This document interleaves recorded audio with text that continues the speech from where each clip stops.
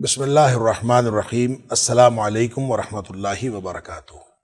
ناظرین کرام، صبح و شام کے اذکار کے حوالے سے ایک بات ذہن میں رکھنی چاہیے کہ نبی پاک صلی اللہ علیہ وسلم نے مختلف اذکار صبح اور شام کرنے کا آپ نے طریقہ سکھایا ہے، اور ہر ذکر کی الگ فضیلت۔ مثال کے طور پر نبی کریم صلی اللہ علیہ وسلم فرمایا، کوئی شخص اگر ایک دفعہ سید الاستغفار پڑھ لے، صبح پڑھ لے ایک دن، یعنی دن کے کسی حصے میں، تو اس دن میں اگر اس کی کوئی موت آ گئی تو اللہ تعالیٰ اس کی مغفرت فرما دے گا، جہنم سے بچا دے گا۔ اور اگر اس نے رات کے کسی حصے میں پڑھ لیا اور اس کی کوئی موت آ گئی اس رات میں، تو اللہ تعالیٰ اس کو جہنم سے بچا لے گا۔ یہ سید الاستغفار کے بارے میں ہے، اور سید الاستغفار آپ کو یاد ہوگا، نہیں یاد تو یاد کر لیجئے۔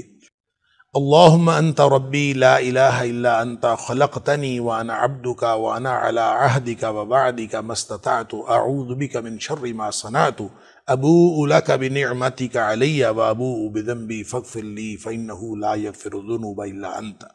اس دعا کو ناظرین کرام سید الاستغفار کہتے ہیں، اور ایک دفعہ آپ اندازہ کریں، اس کو یاد کریں، کتنا بڑا انعام ہے کہ اگر اس دن میں موت آ گئی تو انشاءاللہ اللہ تعالیٰ جہنم سے آزاد کر دے گا۔ اسی طرح ناظرین کرام، یہ جو اللہم اجرنی من النار کہنا ہے، یہ آپ اگر دن کے کسی ایک حصے میں صبح کسی نے اللہم اجرنی من النار کہہ دیا اور شام تک اگر اس کی موت واقع ہو گئی تو اللہ تعالیٰ اس کو جہنم سے آزاد کر دے گا، لیکن یہ 7 مرتبہ کہنا ہے، اللہم اجرنی من النار، اللہم اجرنی من النار۔ تو 7 دفعہ جب آپ نے اللہم اجرنی من النار کہنا، اس کا ترجمہ یہ ہے کہ اللہ مجھے جہنم کی آگ سے آزادی دے دے، مجھے اس سے بچا لے۔ تو کوئی شخص اگر اللہم اجرنی من النار 7 دفعہ کہتا ہے تو اللہ تعالیٰ اس کو اس دن اگر موت آ گئی تو انشاءاللہ اللہ تعالیٰ اس کو بچا لے گا۔ اسی طرح اگر کوئی شخص ہر نماز کے بعد، ہر فرض نماز کے بعد آیت الکرسی پڑھتا ہے تو نبی اکرم صلی اللہ علیہ وسلم نے فرمایا اس کے اور جنت کے درمیان صرف موت کا فاصلہ رہ جاتا ہے۔ تو گویا اس طرح سے مختلف جو اذکار ہیں ان کی مختلف جو فضیلتیں ہیں وہ موجود ہیں، لہٰذا صبح و شام کے اذکار کسی بھی جگہ سے لے لینے چاہیے، جو مسنون اذکار ہیں وہ سارے اذکار پڑھنے چاہیے، اور اس کا صحیح وقت یہ ہے کہ جو فجر کے فوراً بعد آپ اذکار کیجئے، اور فجر سے لے کر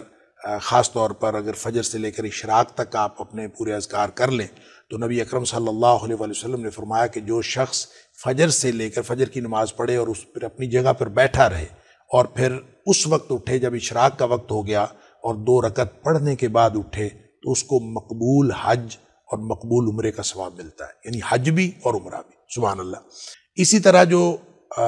شام کے اوقات ہیں ذکر کرنے کے، وہ مغرب کے ساتھ منسلک ہیں، یا تو مغرب سے پہلے کر لیے جائیں اور یا مغرب کے بعد کر لیے جائیں۔ بعض لوگوں کا خیال یہ ہے کہ مغرب سے پہلے کر لیے جائیں، تو اگر مغرب سے پہلے نہ ہو سکیں تو مغرب کے بعد بھی اس کا وقت ہے۔